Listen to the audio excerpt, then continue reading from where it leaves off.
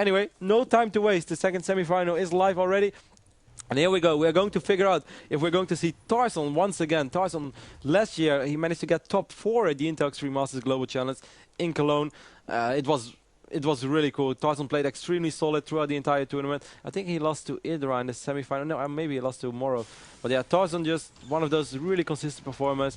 He got top 4 as well, I believe, in the European Continental Finals in Kiev. So Tarson really, he's just always there. You know, he's one of those guys who's always there. Even though he doesn't have a big title yet, I really think it's only a matter of time. He also got top 4 at the Home Story Cup, being the highest placed non-Protoss player. Just Tarson is really overlooked. The guy deserves so much more props than he actually gets. And anyways, his opponent is going to be Millennium DieStar. So we actually have a team match over here. I kind of didn't even realize that. Millennium Tarson against Millennium DieStar. Of course, DieStar played for Empire for a while as well, but then he switched to Millennium. Interesting choice, considering the fact that Empire right now has, Kaz, BSTQT, Happy, such a strong team. Hobot, Aristio, really good team. But same goes for Millennium, of course, with Tarson and Adel Scott as well. And I believe Stefano is part of Millennium too. Yep. So anyway, guys, here we go. Standard opening so far for DieStar. Went for gas. Open up one Marine into Reaper, and he will fast expand already. Tarson not expanding as of yet, though. He got the second refinery already up and running. Here we do see DieStar throwing down an additional barracks. I can only imagine that these two guys know each other very well. I'm not sure if they're really good friends or not, but they obviously play a lot against each other, if not on ladder, then in the Polish tournaments. And Poland actually has quite some tournaments. I do believe Tarson comes out victorious most of the time. And for the people who follow a lot of Go for Socrates in general, DieStar is also known as the King of Silver. Like, honestly, this guy, I think at least in 10 Go for Socrates he made it into the final, and he never won any of them. Only the Wednesday Cups, which have no prize money. You can just qualify for the monthly ranking, where you can win 500, or the monthly finals, where you win €500.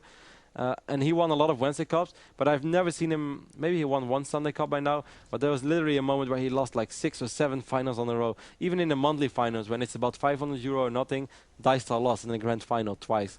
And that's really unlucky, because in these tournaments you only get money for first place. Anyways, and this would be one of those moments again where he doesn't make it into the final round, because this is basically the final. The real final doesn't matter. I don't think I'm not gonna stream it, and I don't think they're gonna play it anyway. So, and even if they would, I'm not really gonna stream it. I had a really long day already, and Kos didn't really seem motivated to play it anyway, so I don't think he will play. Unless there suddenly is something on stake, then of course I will stream it and cast it, but I doubt that. Anyways, we see Cloaked Banshees on the way for Millennium Tarson. Good old Tarson, famous from 20 Rex Marose, but should be famous just because he's such a solid player. We see the this new school Reaper opening.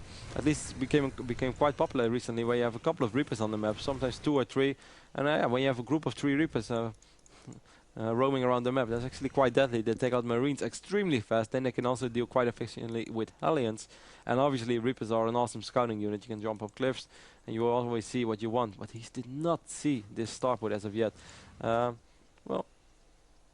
But we do see turret here in the back of the base, and the other turret is also here in the back. So he's gonna have, at least he's gonna have detection, but that doesn't mean that he's not gonna take any damage from the Banshees. Oh, and what a perfect timing actually. Cloak is active, like Cloak literally is like ready in 2 seconds, and the turret is there. That's insane timing right here from Millennium DieStar.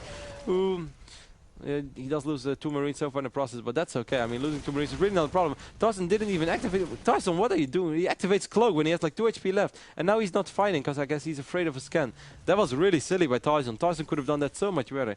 Way to go, Tarson. I'm just giving you props for like 10 minutes about that you're such an underrated player, and then you make this move, which is kind of unexplainable. Whoa, that camera movement wasn't very solid either. I screwed up a lot today. Sincerely apologize. I blame it on the heat.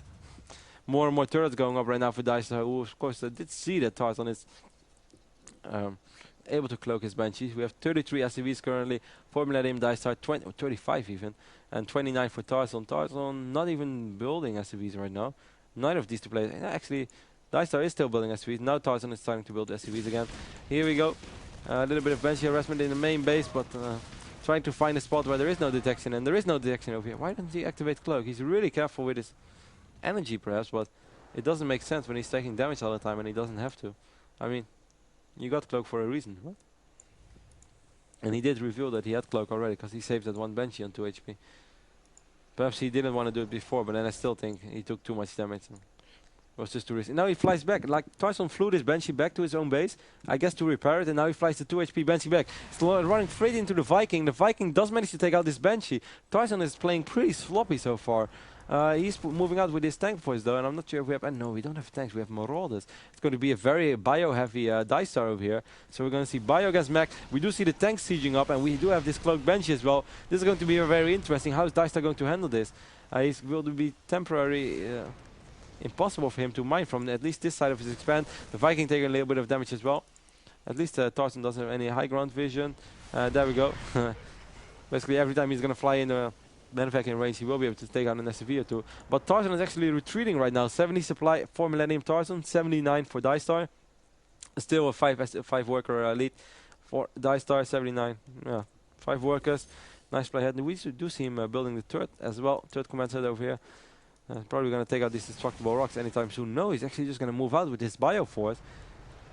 Curious to see if he's actually going to drop, or not exactly sure what he's going to do with it. Now Tarson is building another factory at this tag lab where the starport was on, so can only assume we're not going to see Banshees for a while anymore. And then we have to come to the conclusion that Cloak has not been a very good investment in this game. Definitely didn't wasn't worth its money. Didn't kill a lot. Saved the Banshee one time, but then he still suicided. He flew the 2 HP Banshee back. Didn't really do the damage that he was hoping for. Lonely Hellion over here on the north side of the map. Tal'Darim Altar.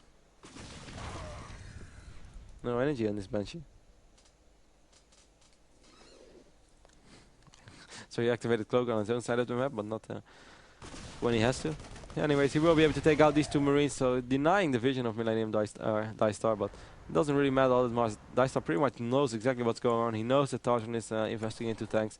He knows he's playing against a mech player. Ooh, Tarson right now. Loading up medevacs. Or at least not yet, but I can only assume that he's going to do it soon. Is he going to repair the medevac? No, not yet. DieStar moves out with his entire army, takes control of this Cell Watcher once again. 3 refineries. Did manage to take out these destructible rocks, and he's going to fly over his third now already. There's still no third base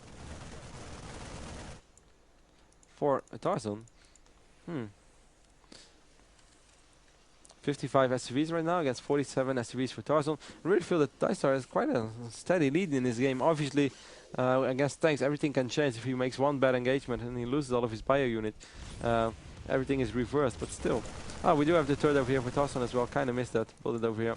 Sorry for that. We'll take out this destructible rocks, but just everything seems to be a little later. But we still have 2 completely different styles. Actually, DieStar is slowly but steady right now, going for tanks as well. That's interesting. So we're going to see a mix between tanks and Marauders.